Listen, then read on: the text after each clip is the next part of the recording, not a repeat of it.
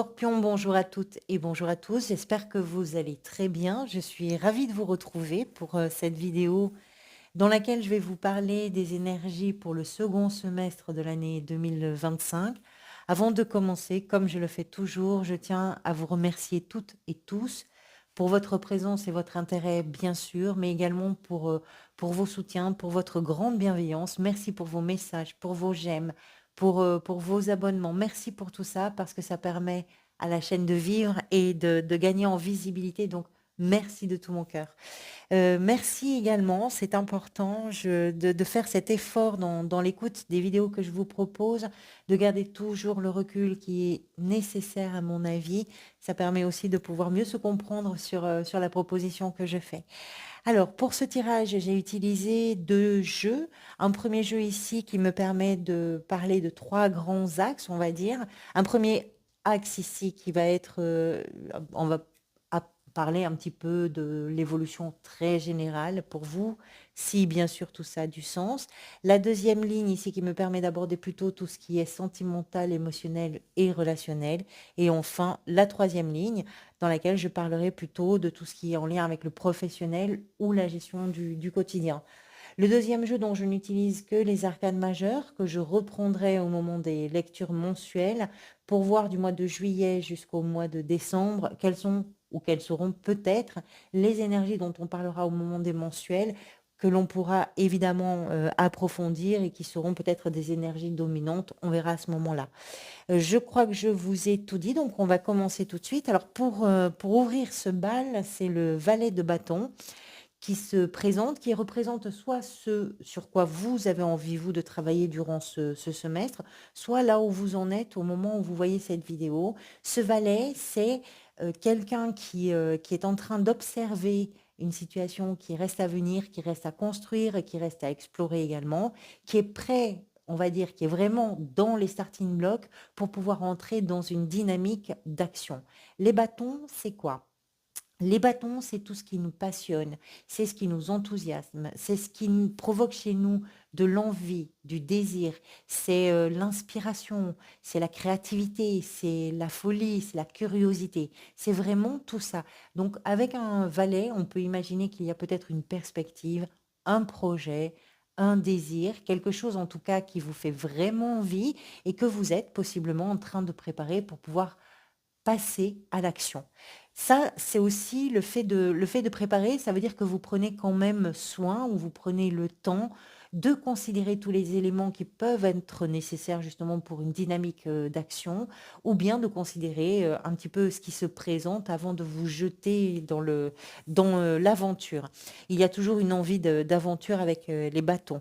Ce que vous désirez, c'est représenté par l'arcane de la mort, qui est une période de changement et de métamorphose. Vous avez sans doute envie que les choses évoluent parce que vous avez acquis des expériences, parce que vous êtes enrichi de certaines situations, de certains échanges, de certaines discussions, pourquoi pas. Peut-être que vous avez également travaillé sur de nouvelles compétences. En tout cas, vous avez donné suffisamment dans une situation ou dans votre vie en général, là où vous en êtes, vous avez envie que les choses bougent, avancent, évoluent, mais dans le sens de la régénération. La mort, c'est quelque chose qui se termine d'une façon, on va dire, naturelle et très douce finalement, pour permettre d'entrer dans une nouvelle période, pour permettre d'entrer dans un nouveau chapitre, d'ouvrir une nouvelle page par rapport à je ne sais quel contexte pour vous dans lequel cela pourrait avoir du sens. C'est pas simplement arriver au terme de quelque chose, parce que la mort, c'est vraiment un processus de régénération. Quand on parle des métamorphoses ici, elles sont possibles parce qu'il y a eu beaucoup de choses qui ont été accumulées, parce qu'il y a eu beaucoup d'expériences vécues, parce qu'il y a beaucoup d'enrichissement, on va dire, personnel. Et tout ça, ça devient le terreau fertile de la nouveauté, du renouveau. C'est possible. Et ça, c'est ce que vous désirez. Ce qui peut venir vous aider, c'est la 6 de bâton. Et je crois que vous n'êtes pas le seul signe où je vois cette carte qui est plutôt appréciée dans la situation de ce qui peut venir vous aider. Pourquoi? Parce qu'elle symbolise tout ce que vous réalisez, tout ce que vous parvenez à atteindre et à faire. La 6 de bâton, c'est être capable de dépasser certaines choses, c'est être capable de gérer également de façon assez efficace et assez enthousiaste, certaines situations, de les dépasser, de les gérer correctement. L'assise de bâton, c'est quelqu'un qui revient avec toutes ses victoires. Et ce ne sont pas des médailles, c'est-à-dire que ce n'est pas de la décoration, c'est quelque chose qu'on réalise, c'est quelque chose que l'on fait, et c'est quelque chose qui se partage aussi avec un environnement. Donc vraiment, ce qui va peut-être pouvoir venir vous aider, c'est d'être capable de revenir de vos champs de bataille avec des vraies victoires, avec de vraies réussites, et de pouvoir, dans les contextes qui sont les vôtres, personnels, professionnels, familiaux, pouvoir dire, voilà, ça j'ai réussi à le faire, et d'avoir une forme de, je dirais, de reconnaissance de la part de vos pairs. Encore une fois, on peut retrouver ces énergies-là dans, bien sûr, tous les domaines, hein. Ça peut être personnel, sentimental, familial, ça peut être professionnel, ça peut être dans la gestion de votre quotidien, peu importe. L'assise de denier nous parle de l'énergie peut-être vers laquelle vous allez, qui est une énergie d'équilibrage, de réciprocité, de juste échange.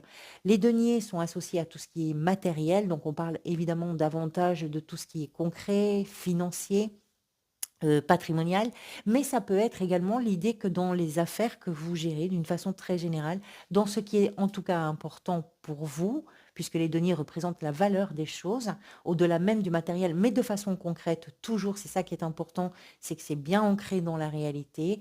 L'assise de denier représente un juste équilibre. Soit l'équilibre se trouve dans le temps de travail que vous passez et ce que vous pouvez récolter en termes, pourquoi pas, de salaire.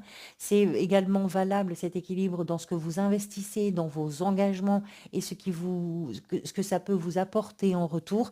Et il est possible aussi que les changements auxquels vous aspirez, le fait d'être capable de réaliser certaines choses qui vous tiennent véritablement à cœur et de pouvoir le partager, c'est aussi quelque chose qui va permettre de rétablir un équilibre avec un environnement, parce que ici, cette carte nous parle de celui qui est, ou de celle, hein, adaptez-le à votre genre bien sûr, de celui ou celle qui possède plus que les autres et qui va trouver, je dirais, dans la réciprocité, dans l'échange, et qui va trouver un rééquilibrage. Il n'y a pas de raison que quelqu'un soit beaucoup plus riche qu'un autre, de face au sens propre comme au sens figuré, et que les autres soient toujours très en dessous.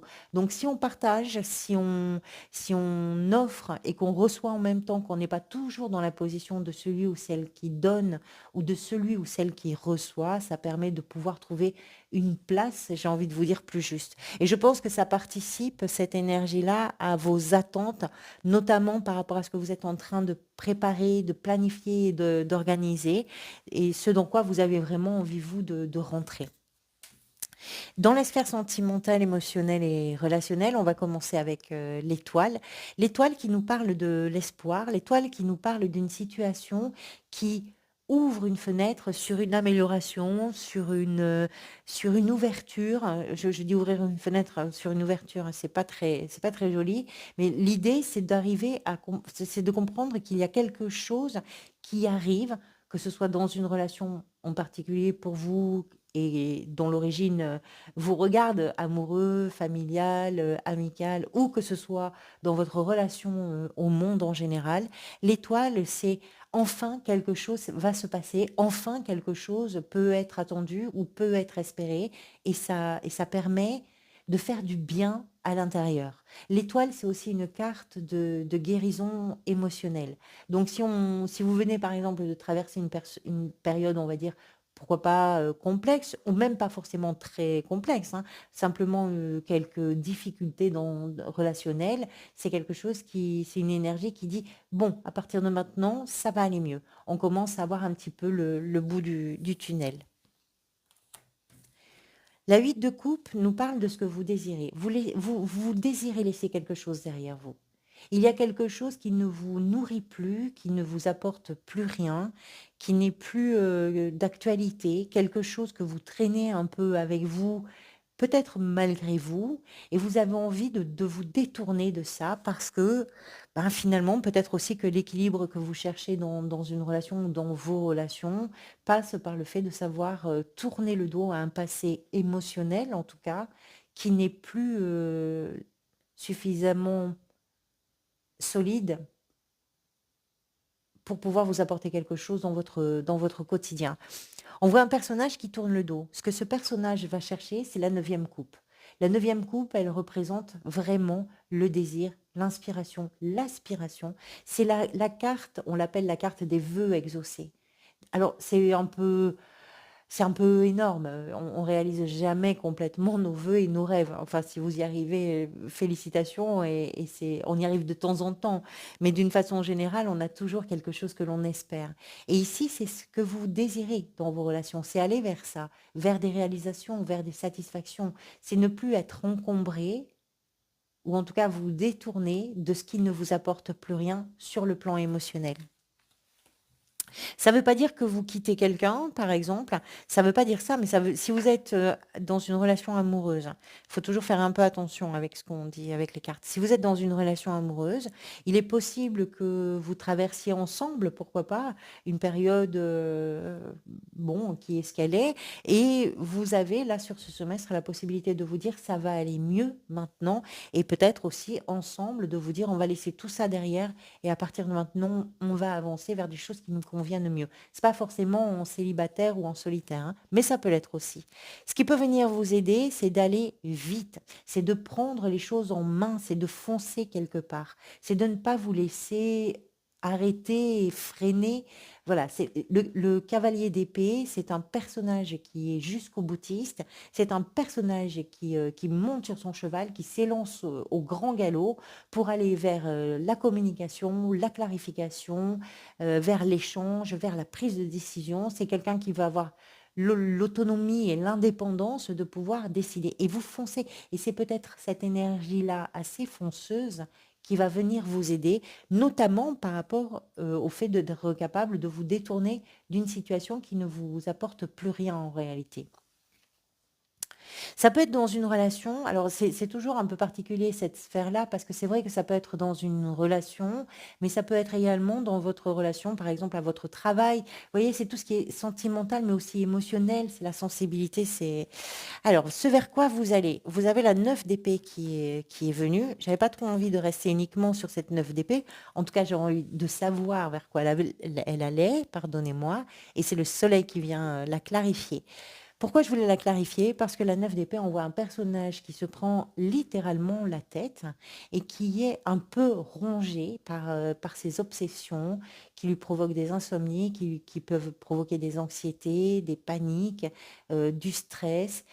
Et si vous voulez, la 9 d'épée, c'est une situation effectivement où on se prend la tête. Parfois, on peut frôler vraiment euh, le burn-out, pourquoi pas émotionnel aussi, hein, parce qu'on réfléchit, parce qu'on est vraiment focus, complètement accaparé par une situation précise qu'on ressasse et qu'on ressasse et qu'on ressasse et dont on n'arrive pas et que l'on n'arrive pas à dépasser.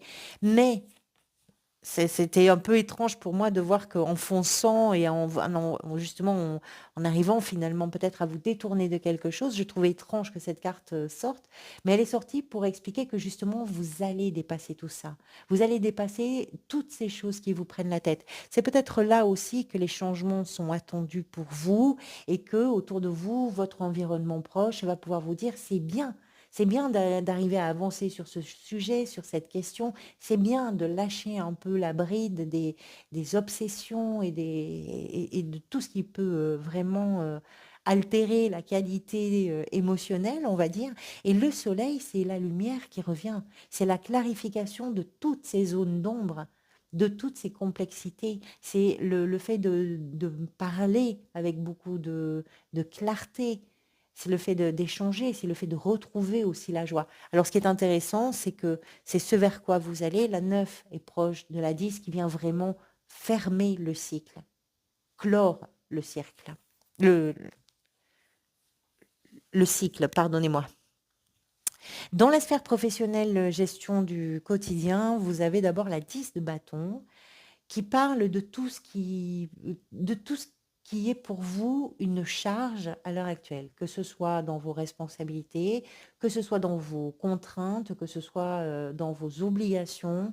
Il y a un contexte qui peut être pesant pour vous quotidiennement, professionnellement et dont vous avez envie, là aussi, de pouvoir vous délester quelque part. La 10, je vous en ai parlé là avec la 9 d'épée, la 10 vient signer cette fin de cycle. Vous allez voir le bout de quelque chose, ou en tout cas, vous allez vous donner les moyens d'aller vers la finalité d'une période qui est un peu trop pesante pour vous et qui d'ailleurs peut participer à ce qui vous prend la tête, hein, c'est tout à fait possible. Dans la mesure où vous souhaitez du changement, avec l'arcane de la mort ici, dans la mesure où vous souhaitez des métamorphoses, c'est bon, tout ce que j'ai à faire, je vais le faire, mais une fois que c'est fait, croyez-moi, je vais passer à autre chose. Et autre chose qui va être le valet de bâton ici. Donc c'est ce que vous mettez quand même en perspective, c'est-à-dire une nouvelle aventure. Si vous êtes dans une activité, par exemple, et qu'il est question pour vous de rester dans une activité et de pas forcément partir sur un nouveau projet, on peut imaginer que ce qui est pesant pour vous, là, vous allez travailler à l'alléger et à vous donner, vous allez vous donner les moyens de pouvoir gérer la situation différemment en respirant mieux, en tout cas. Et si vous êtes sur la gestion du quotidien, c'est aussi travailler sur ce qui pèse pour vous sur le quotidien et de pouvoir vous dire, bon, si je m'organise bien, si je gère bien la situation, je vais pouvoir faire les choses ou en tout cas vivre peut-être les choses différemment. L'empereur ici nous parle de ce que vous désirez. C'est prendre là aussi les choses en main. Vous avez envie de construire votre vie, de construire votre périmètre, de construire ce dans quoi vous allez vous épanouir, ou pas forcément vous épanouir, mais ce dans quoi vous allez bâtir votre vie professionnelle, quotidienne. L'empereur n'est pas réputé pour être un personnage euh,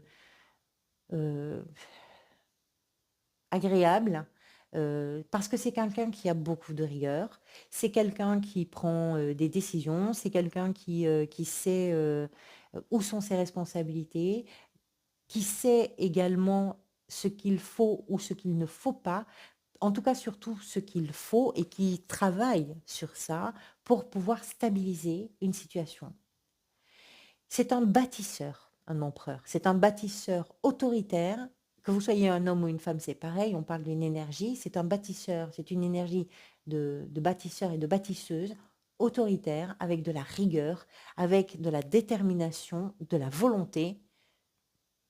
Et je dirais aussi de la ténacité. Avec ce personnage-là, on peut imaginer que ce que vous voulez, c'est ne pas, vraiment pas, lâcher l'affaire à aucun moment. Vous voulez aller au bout de quelque chose, vous voulez réaliser certaines choses et vous construisez ce que vous voulez. Pour que vous puissiez vous sentir à l'abri, pour que les gens peut-être aussi avec lesquels vous vivez et qui peuvent aussi, pourquoi pas, dépendre d'une certaine façon de votre bien-être, de votre situation, puissent aussi se sentir à l'abri. Ce qui va pouvoir venir vous aider, deux arcanes majeures, et pas des moindres, le jugement et le fou, qui nous parlent d'une renaissance véritable avec le début de quelque chose de très nouveau, qui ramène beaucoup de légèreté. Ici, on est un peu dans le poids des choses qui pèsent un petit peu sur vous. Et vous vous organisez, vous travaillez d'arrache-pied à faire en sorte que tout ça puisse se défaire, se construire autrement pour revenir à des choses sans doute beaucoup plus essentielles pour vous. Et l'essentiel, ça va être aussi dans la liberté, dans la légèreté, dans l'insouciance. Le fou représente ce sentiment incroyable de légèreté et de liberté.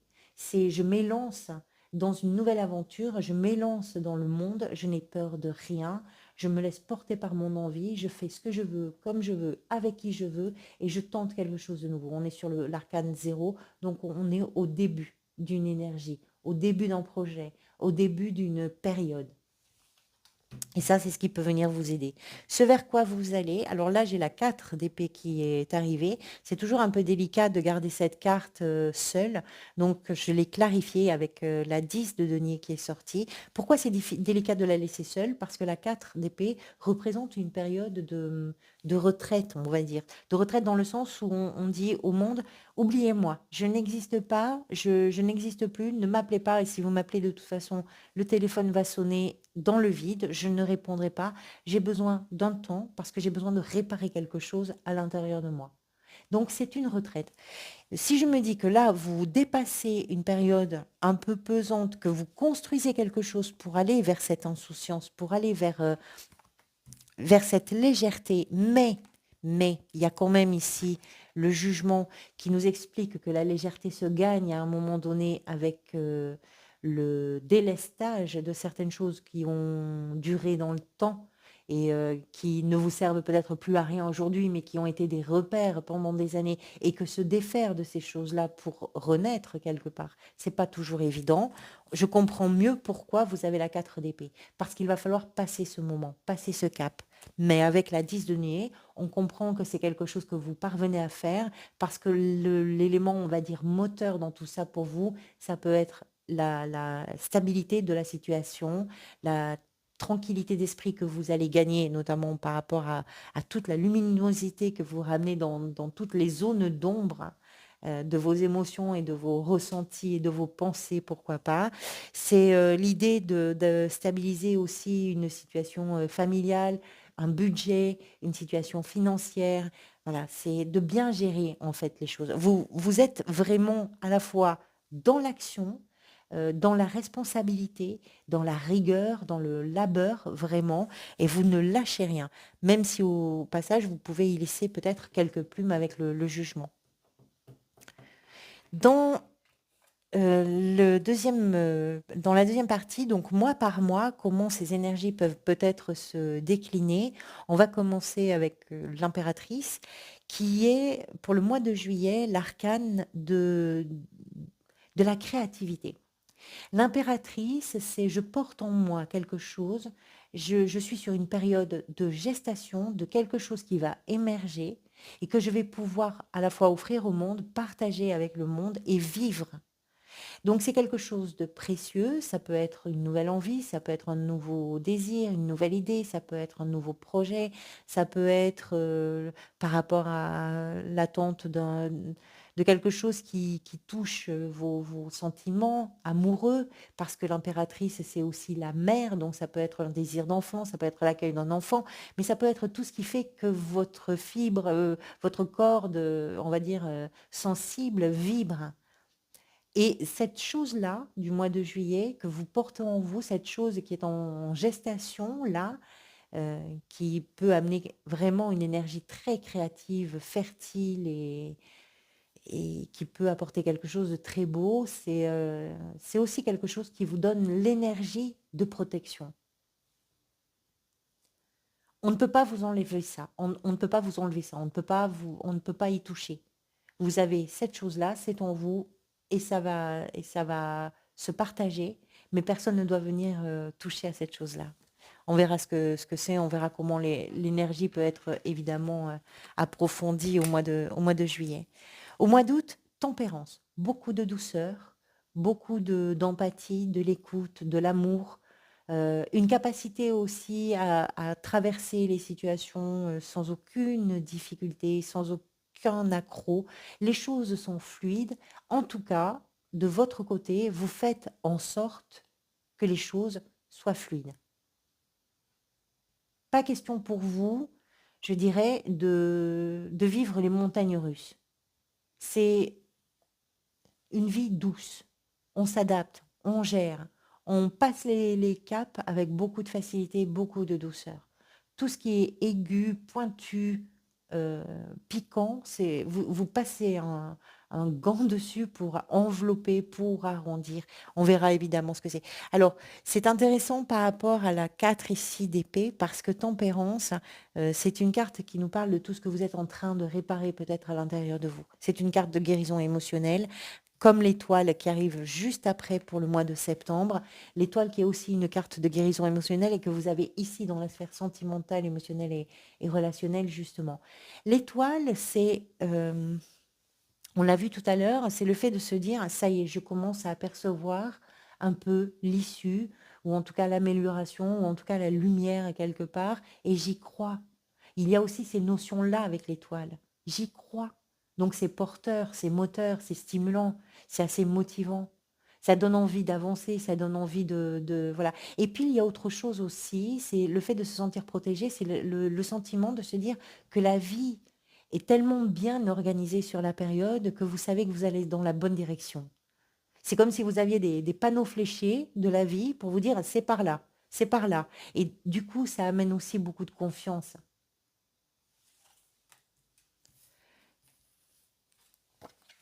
La papesse, la grande prêtresse on était en septembre-octobre, pardonnez-moi, du mois d'octobre, c'est de l'intuition, c'est, alors c'est pas que l'intuition. La papesse fait partie des sages du tarot.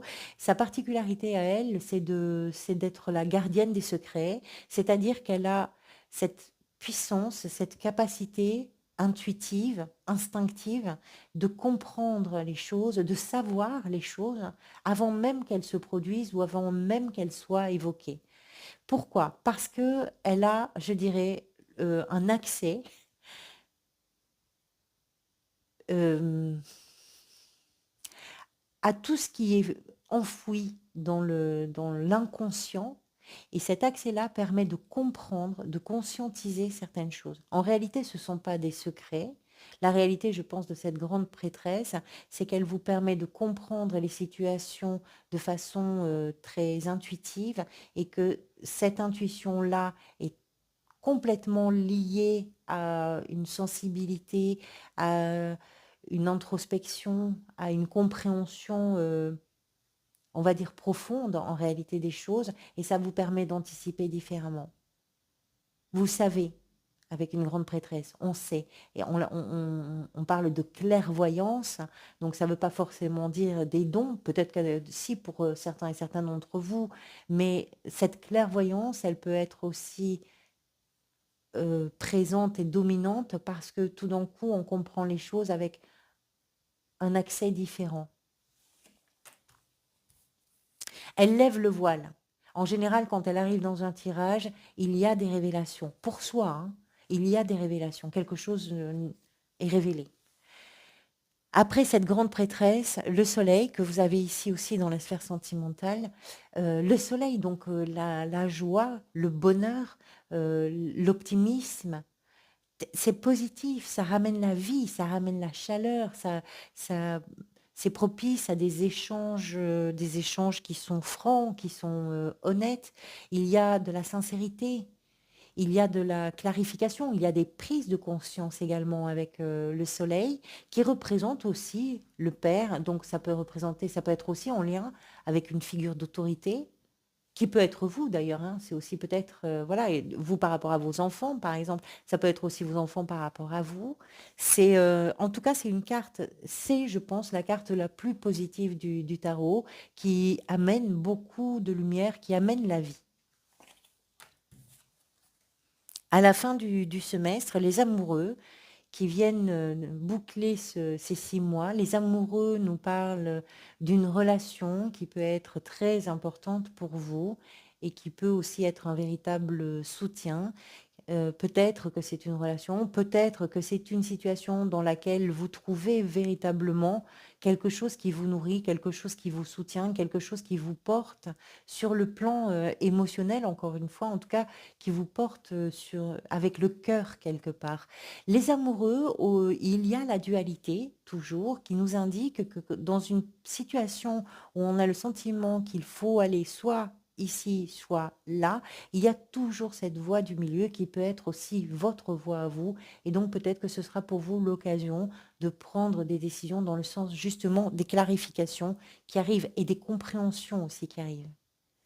On verra ça au moment des lectures mensuelles. Voilà pour vous, amis Scorpions. Merci encore pour tout. Merci pour vos soutiens. Prenez soin de vous, prenez soin des gens que vous aimez bien sûr. Et je vous retrouve bientôt pour les lectures mensuelles.